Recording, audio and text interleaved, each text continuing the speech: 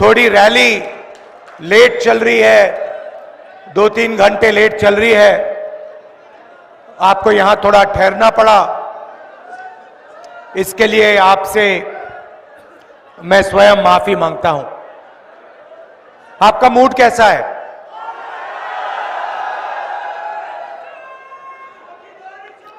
यहां पे आदिवासी भाई बहन आज ज्यादा आए हैं, तो थोड़ी सी मैं आपकी बात करना चाहता हूं। कुछ समय पहले किसी ने मुझे मोबाइल फोन पे एक वीडियो भेजा। मध्य प्रदेश का कोई नेता था, मुझे वीडियो भेजा। मैंने वीडियो को प्ले किया, प्ले दबाया, और उस वीडियो में एक बीजेपी का नेता आदिवासी युवा के ऊपर पेशाब कर रहा था। और मैंने सोचा, ये कैसी सोच है कि बीजेपी का एक नेता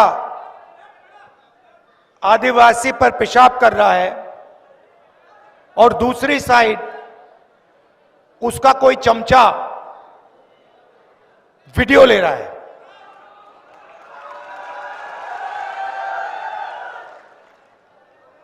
और वो वीडियो सिर्फ मध्य प्रदेश में नहीं,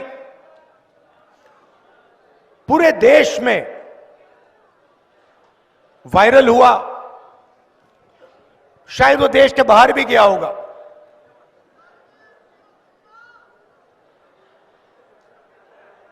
ये है विचारधारा बीजेपी की। सिर्फ आदिवासियों के साथ नहीं, दलितों के साथ, आदिवासियों के साथ, गरीब पिछड़ों के साथ, जहां भी ये कमजोर लोगों का अपमान कर सकते हैं,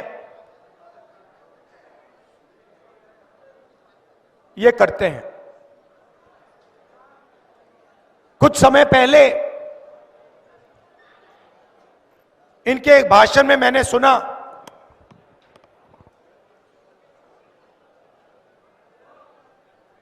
आदिवासियों को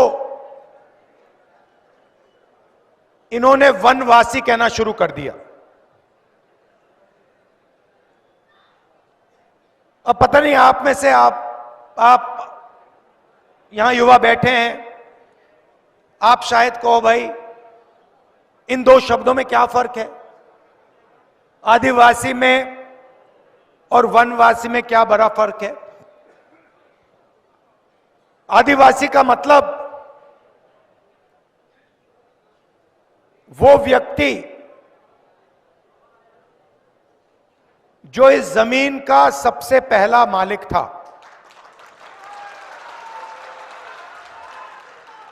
ये लोग आपको बताते नहीं हैं, मगर ऐसा समय था जब इस देश में, पूरे देश में आदिवासी लोग रहते थे। आप देश के पहले मालिक हो, और ये आपको आदिवासी नहीं कहना चाहते, क्योंकि अगर ये आपको आदिवासी कहेंगे तो इन्हें आपको जंगल, जल और जमीन का हक देना पड़ेगा। क्योंकि आप कहोगे मोदी जी, शिवराज जी, हम आदिवासी हैं।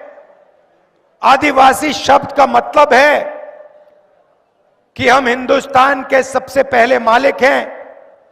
ये जल, ये जंगल, ये जमीन हमारी थी, और आज आपको जल, जमीन और जंगल का अधिकार हमें देना पड़ेगा। वनवासी का मतलब वो लोग जो जंगल में रहते हैं। आदिवासी हिंदुस्तान के ओरिजिनल मालिक, वनवासी वो जंगली लोग जो जंगल में रहते हैं। इससे बड़ा आपका अपमान नहीं हो सकता। आप वनवासी नहीं हो, आप हिंदुस्तान के ओरिजिनल मालिक हो। और इस बात को समझकर, इस बात को मानकर कांग्रेस पार्टी ने ट्राइबल बिल दिया,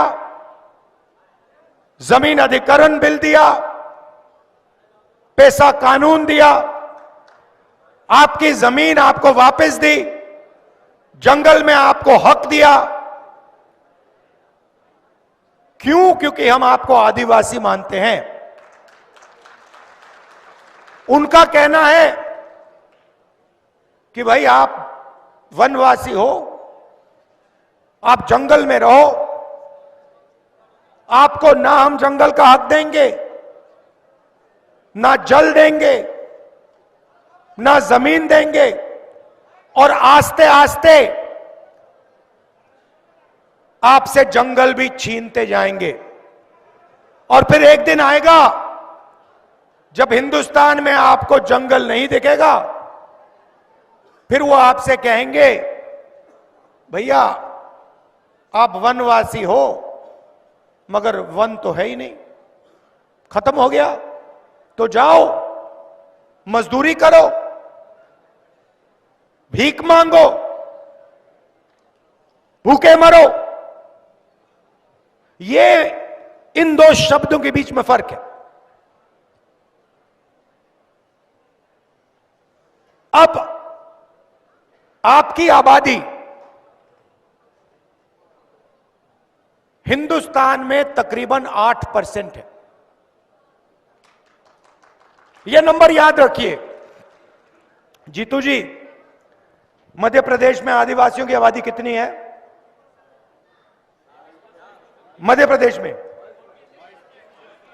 प्रदेश में आपकी 22% है, 24%, और हिंदुस्तान में आपकी आबादी 8% है।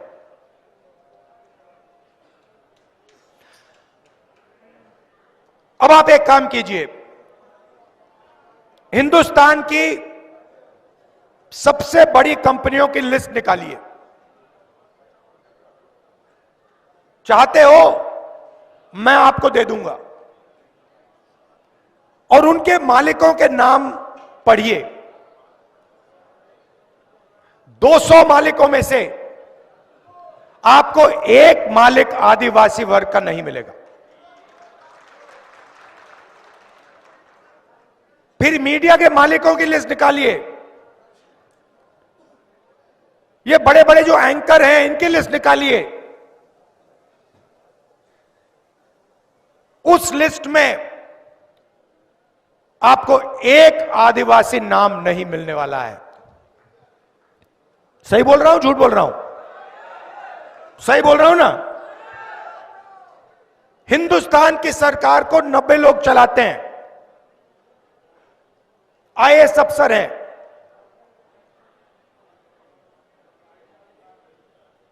पूरा का पूरा बजट ये बांटते हैं। डिफेंस में कितना जाता है, आपके बच्चों की शिक्षा में कितना जाता है, मनरेगा में कितना जाता है, स्वास्थ्य में कितना जाता है, ये 90 लोग डिसाइड करते हैं। बड़े बड़े ऑफिसों में बैठते हैं, दिल्ली में मंत्रिमंडलों में बैठते हैं, और आपका पैसा, जीएसटी का पैसा जो आप देते हो, आप जो सिर हिला रहे हैं, आपने शर्ट खरीदी, 18% आपने दिया। अदानी वही शर्ट खरीदता तो वो भी 18% देता, तो आपका पैसा है। 90 में से एक अफसर आदिवासी, एक,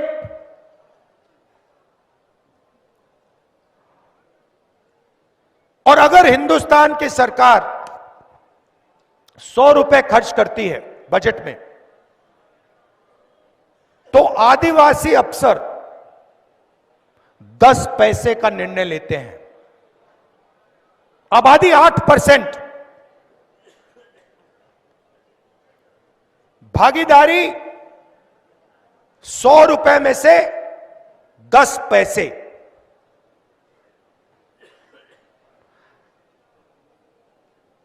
आपके बच्चे स्कूल यूनिवर्सिटी में जाते हैं, प्राइवेट कॉलेज, प्राइवेट यूनिवर्सिटी में आपको पैसा देना पड़ता है, लाखों रुपए लगते हैं। लगते नहीं लगते? लगते हैं ना। प्राइवेट कॉलेजेस यूनिवर्सिटीज के मालिकों की लिस्ट निकालिए, उसमें आपको एक आदिवासी नहीं मिलेगा। चोट लगती है, प्राइवेट अस्पताल में जाते हैं, लाखों रुपए चले जाते हैं, सरकार उनको जमीन देती है, प्राइवेट अस्पतालों को फ्री में। किसकी जमीन? आपकी जमीन। प्राइवेट अस्पतालों की लिस्ट निकालो, उसमें आपको एक आदिवासी नहीं मिलेगा, एक मालिक नहीं मिलेगा।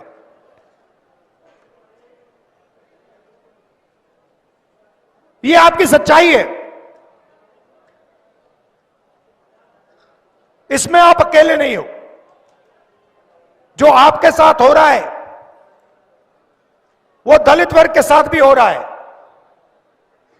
जो उनके साथ हो रहा है वो पिछड़ों के साथ भी हो रहा है, वो गरीब जनरल कास्ट के साथ भी हो रहा है।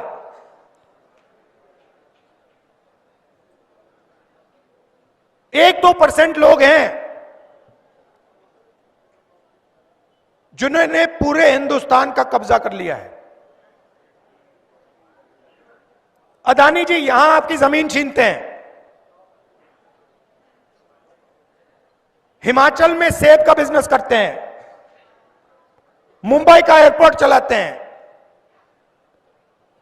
हिंदुस्तान के सारे पोर्ट्स उनके हाथ में, माइनिंग करते हैं, फूड स्टोरेज का बिजनेस करते हैं, सारा का सारा वही करते हैं,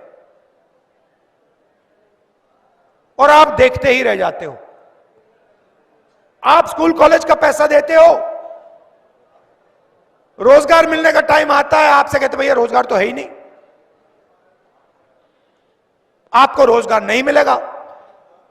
आपको सर्टिफिकेट मिल गया, 5 लाख रुपया आपने प्राइवेट यूनिवर्सिटी कॉलेज को दे दी, मगर रोजगार आपको हिंदुस्तान में नहीं मिलेगा। क्यों? क्योंकि सारे छोटे बिजनेसेस को नरेंद्र मोदी ने बंद कर दिया, नोटबंदी की, जीएसटी की, और सारे के सारे छोटे जो व्यापारी हैं, स्मॉल मीडियम बिजनेस, वो बंद हो गए।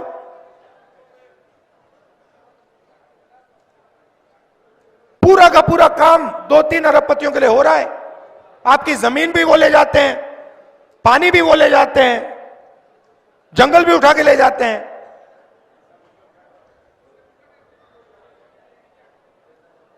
तो ये बदलना है। सबसे पहला कदम जाति जनगणना, जिससे सबको पता लग जाएगा इस देश में किसकी आबादी कितनी है, आदिवासी कितने हैं, उनके पास कितना धन है, कितनी संस्थाओं पर उनका कंट्रोल है, दलित कितने हैं, कितना धन है, कितनी संस्थाओं पर कंट्रोल है, पिछड़े कितने हैं, कितना धन है, कितनी संस्थाओं पर कंट्रोल है, साफ आपके सामने आ जाएगा। क्रांतिकारी कदम है, हरी क्रांति, सफेद क्रांति, उतना बड़ा कदम है ये। और ये जैसे ही हमारी सरकार आएगी हम ये करके दे देंगे आपको।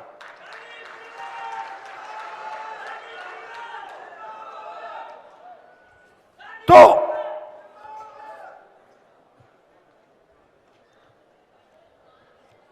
हम चाहते हैं कि इस देश में सामाजिक न्याय हो, आर्थिक न्याय हो, किसानों के साथ न्याय हो। किसानों का उदाहरण देता हूं आपको। हरियाणा पंजाब के किसान दिल्ली की ओर चल रहे हैं। उन्होंने सिर्फ एक चीज मांगी है, एमएसपी चाहते हैं, मिनिमम सपोर्ट प्राइस। बीजेपी की सरकार कहती है हम आपको एमएसपी नहीं देंगे। 100 अरबपतियों का उन्होंने 16 लाख करोड़ रुपया माफ किया। मतलब 24 साल मनरेगा का पैसा उन्होंने 100 लोगों का माफ कर दिया। और किसानों का कर्जा माफ नहीं कर सकते, किसानों को एमएसपी नहीं दे सकते। हमारी सरकार आएगी दिल्ली में, पहला काम जाति जनगणना, दूसरा काम किसानों को एमएसपी की लीगल गारंटी। कानून बना देंगे कि इससे कम पैसे के लिए उनको मिनिमम इतना पैसा मिलेगा। कानून बना देंगे उठाकर।